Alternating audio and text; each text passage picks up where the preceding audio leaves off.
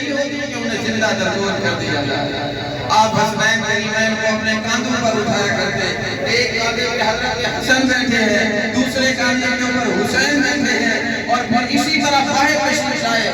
ایک آدمی نے دیکھا تو حیران ہو گیا، عرب میں بچوں کو اٹھانا، گود میں لینا مایوب سمجھا جاتا تھا، اور پھر گود میں لینا مایوب تو بڑی بات تھی کہ آقا کو اسے کاندھوں پر اٹھا کر باہر لائے۔ جب باہر تشریف لائے تو دیکھنے والا دیکھ کر حیران رہ جاتا ہے، کہتے ہیں یا رسول اللہ میرے تو اتنے بچے کبھی میں نے نہیں اٹھایا، اور میں جب اللہ کی رحمت بانٹ رہی تھی، تقسیم ہو رہی تھی، پتہ نہیں تو کہاں تھا۔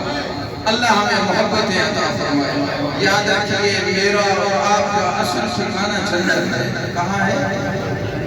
میرا اور آپ کا اصل گھر کہاں ہے؟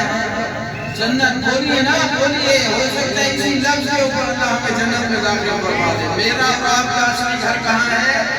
جنت۔ اور انشاءاللہ حضور کے توفیل ہم سب اپنے اصل گھر میں جائیں گے۔